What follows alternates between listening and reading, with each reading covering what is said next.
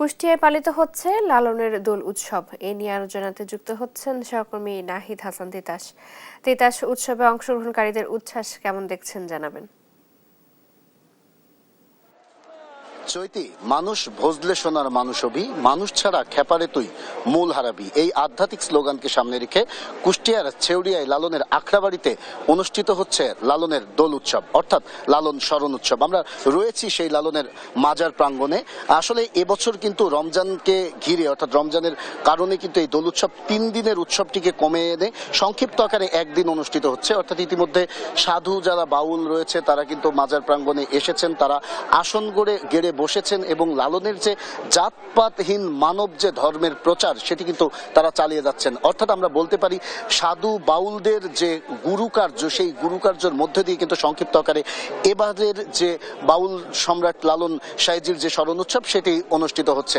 আমরা দেখতেছি যে লালনের যে মাজার প্রাঙ্গণ রয়েছে এখানে কিন্তু যারা ভক্ত দর্শনার্থীরা তারা কিন্তু এসেছেন, লালনকে দর্শন করছেন, লালনকে বুঝতে চেষ্টা করছেন, জানতে চেষ্টা করছেন। আমরা এখানে যারা লালনের দর্শনার্থীরা রয়েছে তাদের সাথে কথা বলেছি, বাউল সাধু বাউলেরা যারা রয়েছে তাদের সাথে কথা বলেছি। তারা যেটি বলছে যে এই যে পৃথিবীতে হিংসা বিদ্বেষ যে হানাহানি চলছে, যদি লালনের এই দর্শন অর্থাৎ আধ্যাত্মিক যে বাণীগুলো রয়েছে এই বাণীগুলো যদি মানুষের মাঝে ছড়িয়ে দেওয়া যায় তবেই কিন্তু এই যে হিংসা বিদ্বেষ হানাহানির মতো ঘটনা কিন্তু দূর হবে। আপনাকে একটু জানিয়ে রাখতে চাই চৈতি যে আসলে প্রতি বছর দোল পূর্ণিমায় লালন যখন জীবিত ছিল সে সময় লালন এই ছেউড়িয়ার আখড়াবাড়ি কালী নদীর তীরে কিন্তু লালন তার ভক্ত অনুসারীদের নিয়ে দোল উৎসব পালন করতেন। তার ধারাবাহিকতায় লালন সাঁইজির মৃত্যুর পরেও অর্থাৎ দেহত্যাগের পরেও কিন্তু তার যারা অনুসারীরা রয়েছে, ভক্তরা রয়েছে, তারা কিন্তু এখন পর্যন্ত এই দোল উৎসব পালন করে আসছে। প্রতি বছর 3 দিনে এই অনুষ্ঠান পালিত হলে এবার কিন্তু মাহে রমজানের পবিত্রতা রক্ষাই কিন্তু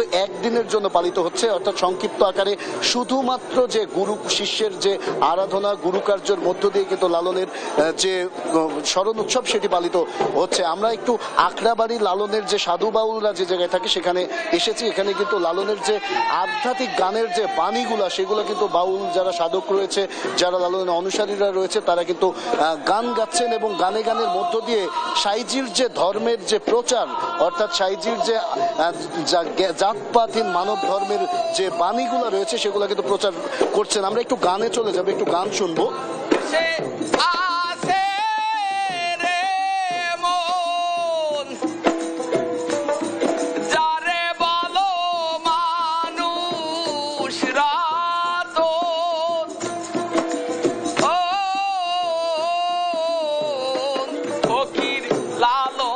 যেমনটি শুনছিলেন এভাবেই কিন্তু যারা সাধু বাউল লালনের ভক্ত অনুসারীরা রয়েছে তারা কিন্তু সাঁইজির আখড়াখানায় কিন্তু আসন গেড়ে খণ্ড খণ্ডভাবে বসেছেন এবং লালনের যে জাতপাতহীন মানব ধর্মের প্রচার সেটি কিন্তু চালিয়ে যাচ্ছেন। আসলে এবছর একদিনের এই প্রোগ্রাম হওয়ার কারণেই কিন্তু সংক্ষিপ্ত আকারে প্রোগ্রাম করা হয়েছে। কোনো সাংস্কৃতিক অনুষ্ঠান, গ্রামীণ মেলা বা আলোচনা সভা অনুষ্ঠিত হচ্ছে না। আমি সর্বশেষ এতটুকুই বলতে পারি যে আসলে মানুষ ভজলে সোনার মানুষ হবি, মানুষ ছাড়া খেপারে তুই মূল হারাবি। অর্থাৎ যদি তুমি সাধু গুরুর ধরো, সাধু গুরুকে যদি তুমি পথ প্রদর্শন করতে চাও, মানুষকে যদি ভজো তাহলেই কিন্তু তুমি মানুষ হতে পারবে। সাঁইজির এই যে আধ্যাত্মিক বাণী তিনি কিন্তু অসংখ্য এই আধ্যাত্মিক বাণী দিয়ে গেছেন, যে বাণীগুলা নিয়েই কিন্তু লালন সাঁইজির যারা ভক্ত অনুসারীরা রয়েছে তারা কিন্তু এখন আসন গেড়ে বসে লালন সাঁইজির যে জাতপাতহীন মানব ধর্মের সেই প্রচারগুলো করছেন।